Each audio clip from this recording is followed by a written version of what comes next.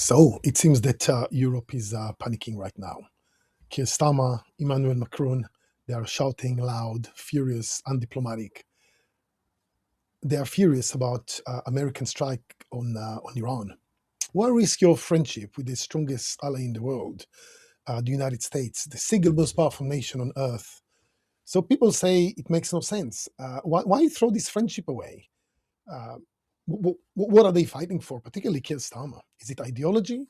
Is it the Muslim vote, human rights? The answer is no, no, and no.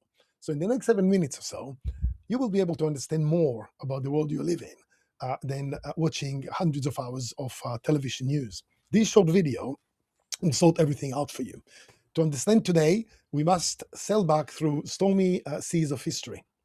The First World War has just ended. We are in 1919. 20 million people are dead. Europe is a slaughterhouse. After thousands of years of war, this is the worst bloodshed it has seen. The continent is sick, exhausted, broken. Empires are falling apart. America had already paid a heavy price. About 16,000 of its young men are dead, nearly 250,000 wounded.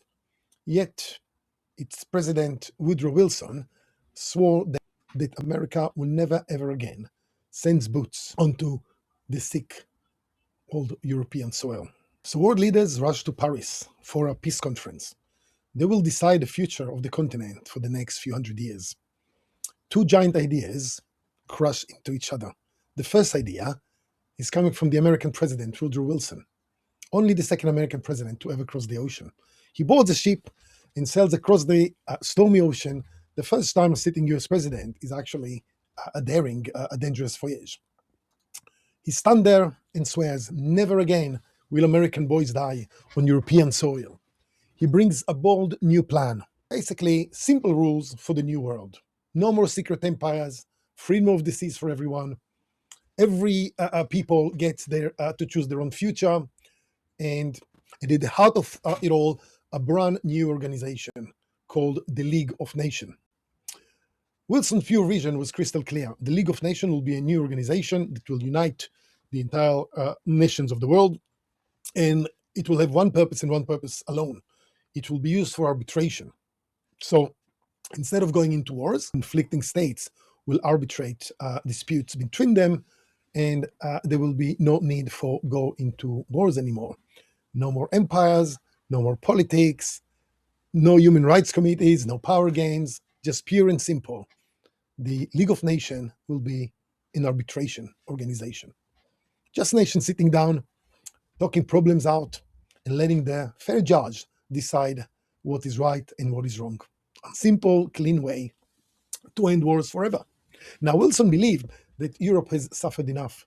They will grab the chance with both hands. But Britain and France, the winners of the war, they have a different idea altogether. They want the old empire game to continue. They hijack the idea of the League of Nations and they turn Wilson's neutral referee idea into their joystick, a tool of control. They keep the empires alive through the back door. So instead of creating peace, they impose on Germany very, very harsh conditions. They grab as much land as they possibly can from the old Ottoman Empire, and they curve up the Middle East like a birthday cake. Syria to France, Palestine to Britain, fake borders drawn pretty much overnight. Tiny tribes placed in charge of huge, angry majority. They install kings, sometimes from minority tribes, so long as those kings will be loyal to the British and the French. So the entire region becomes their permanent point of power and control. They made sure the wound will never heal. And along the way, they create a new conflict between the Jews and the Arab, and they make sure that this wound will never heal. In fact, Europe from now on will be pulling the strings through a major conflict between Arabs and Jews. And the infection spread. They deliberately keep this Arab-Israeli conflict alive, a permanent wound that will give them permanent power. The strategy is to inflate hatred, to fuel endless wars, to supercharge radical fundamentalism, hatred across the region. So if you ever watch the brilliant comedy, Yes, Prime Minister, you know exactly how the Foreign Office plays the game. treating both Israeli and the Arabs like puppets, keeping the conflict going through the United Nations so Europe stays in control. So they created a massive wound full of infection, a festering sore that poisons everything it touches. Woodrow Wilson fought the Brits and the French tooth and nail for 6 grueling weeks in Paris. Exhausted, betrayed, his body collapsed under strain. He had a heart attack, a stroke, and at the end, he gave up, sailed back to America, a broken man. Europe had learned nothing. And guess what? 15 years later, the storm returns. World War II explodes. Europe tears itself apart again. America has to come back, boots on the ground, to save the continent from itself. And subsequent presidents remained deeply reluctant. They saw Europe as the same sick old beast, always dragging the world back into its imperial blood feuds. So after the Second World War, America pushes again for real change, but Britain and France still chose to cling to their joystick. They keep the old system alive, but this time through the United Nations. They inflate United Nations institutions, and they turn the United Nations into an instrument by which they're still able to control pretty much the entire world. And all this until October the 7th. October the 7th really changed everything. The original sin of greed and imperialist tendency finally took its toll again. October the 7th became the moment for the little injured boy, the Jewish state, to stand up and boldly say, no more, never again. And you may remember that a day or two after October the 7th, Prime Minister Benjamin Netanyahu declared in a news conference that things are going to change and that the Middle East will become a very different beast to what it had been in the last 70 years or so. And together with some brave nations in the Middle East, together with an American president who's regularly been ridiculed for being an idiot, despite the fact that he possesses deep and long view of world history. And they all decided it was time to return to Woodrow Wilson's original plan.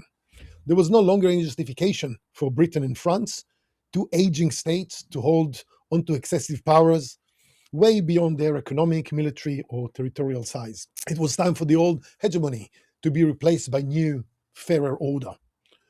And like any old elite, they will not let it go without a fight. What have they got to lose?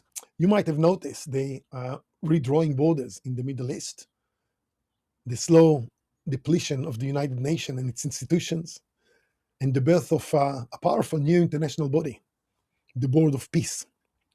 The Board of Peace has been giving very little acknowledgement, particularly in the European press, but it is the new organization set up by Donald Trump to effectively replace the United Nations and bring that organization far closer to the vision of Woodrow Wilson after the First World War. The phrase international law that Europe invented and used for 70 years or so to keep its hidden power is collapsing in front of our own eyes. And it's not a surprise that Britain and France, together with some other European nations, refuse to join the Donald Trump's new Board of Peace, because they know that the Board of Peace is a replacement of the old United Nations. Them voluntarily joining the Board of Peace would be turkey voting for Christmas. So what we are watching today is that infected wound finally bursting open. The pus is pouring out. The pain is ugly, but it is part of a healing process. Most of what we see in the world right now, the chaos, the anger, the terror, is simply the infection being drained so the world can finally get well. It is the continuation and perhaps the beginning of the end of the First World War. And that is why Europe is fighting so hard. This is the last source of real power. Through the United Nations institutions, Britain and France still control the game. They have powers way out of proportion with the real economic size, the military size, or territorial size. Take that away, and you create a simple, neutral, fair world order. Fair to the rest of Europe, fair to the Asian countries, fair to the Arab world, and fair for everyone else. No longer will you have Britain and France sitting in the Security Council being part of 5 states who, without justification, hold power which is far, far, far beyond what they actually deserve. If you really think about it, if you really think about the reason why Britain and France sit in the Security Council, you will understand that it is a way to preserve that old colonial power that they once held. Britain and France would suddenly sit where they actually belong, like normal countries, like everyone else, in proper proportion, to what they really are. That is what this battle is really about. It is not about Trump. It is not about human rights. It is not about freedom. It is about power. It is about Europe refusing to let go of an old imperial order that has been bleeding the world for more than 1,000 years, still causing bloodshed in the Middle East, Asia, South America, everywhere. Say what you want about Donald Trump, like him or loathe him. He has a very strong historical view. He is finishing off Wilson's vision, freeing Europe from itself, from its imperialistic tendencies once and for all. Now you know. Now you understand why they are so desperate and why the world is finally about to change.